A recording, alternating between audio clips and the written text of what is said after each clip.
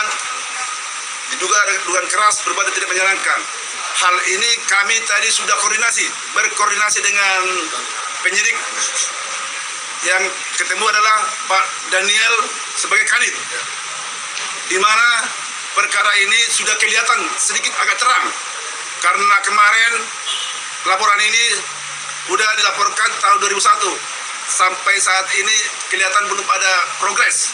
Maka dengan telah ditunjuknya kami sebagai kuasa hukum daripada Ibu Berlian Rungkat, kami adalah ketemu tadi dengan Kanit, di mana Pak Kanit sudah dengan jelas dan terang menjelaskan perkembangan dari perkara ini.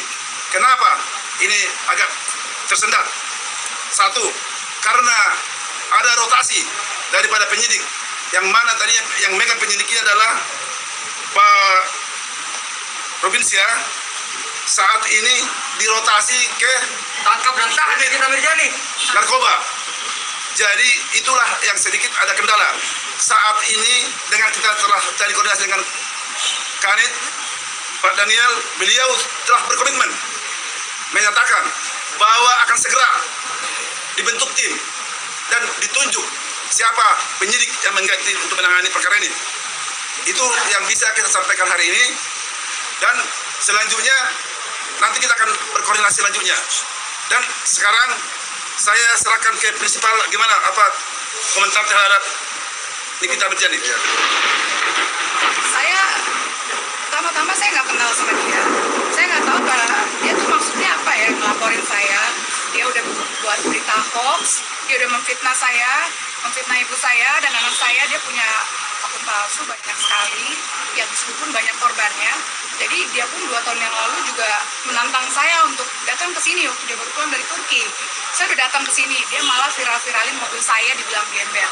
Jadi kali ini saya benar-benar siap tarung.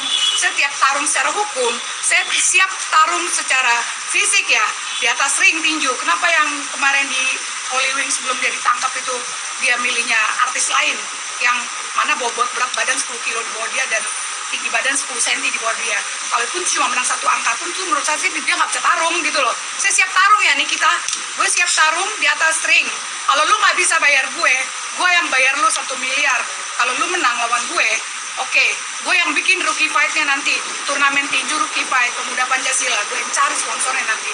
Kita bikin di Palas saja, karena dulu sebelum pandemi saya juga udah bikin itu BP3 ya, Badan Pengusaha Pemuda Pancasila.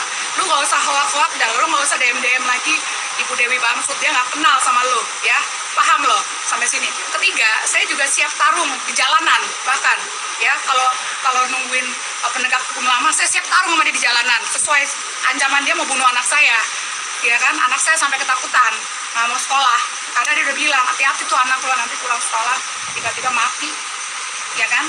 Dan keempat, saya juga siap diundang kamu di rumah kamu.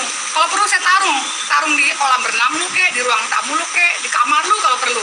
Gue nggak takut sama lo, ya kan. Lo jangan macam-macam sama gue, karena gue juga nggak pernah memulai. Gue itu cuma bisnis. Gue mau bisnis sama Mami online.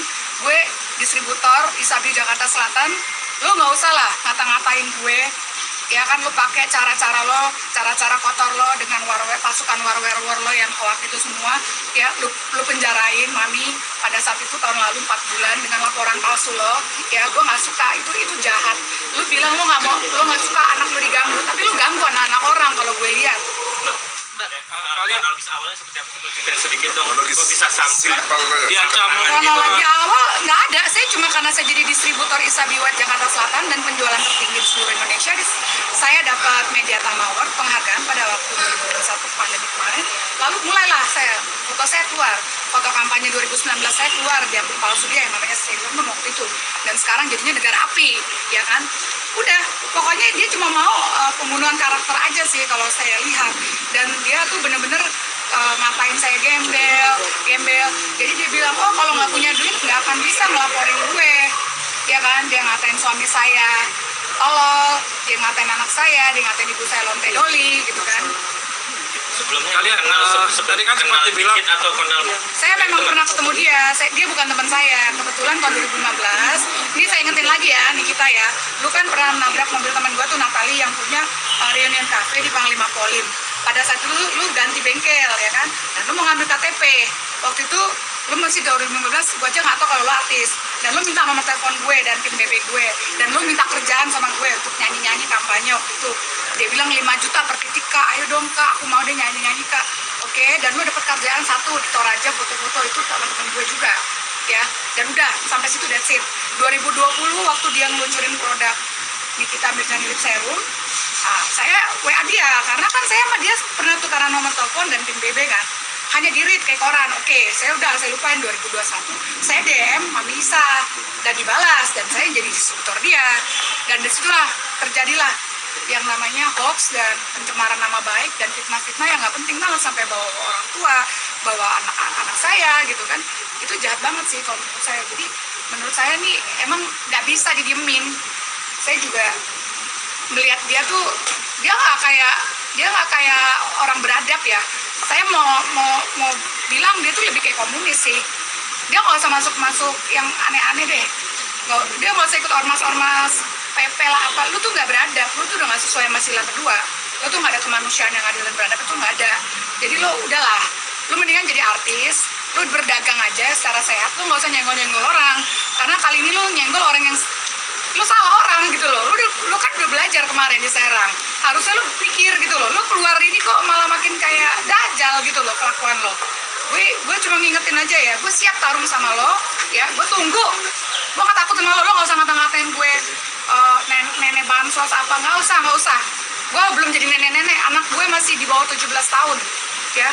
Dan gak usah ngata-ngatain gue pembuat akun palsu, karena itu lu peternak akun palsu, paham? Kalian tadi kan sudah dibilang anaknya kan senjata ancam dibunuh gitu. Itu kapan kalian tepatnya? 2021. 2021. Iya. Secara langsung sosial media mungkin kak? Di DM. Di DM.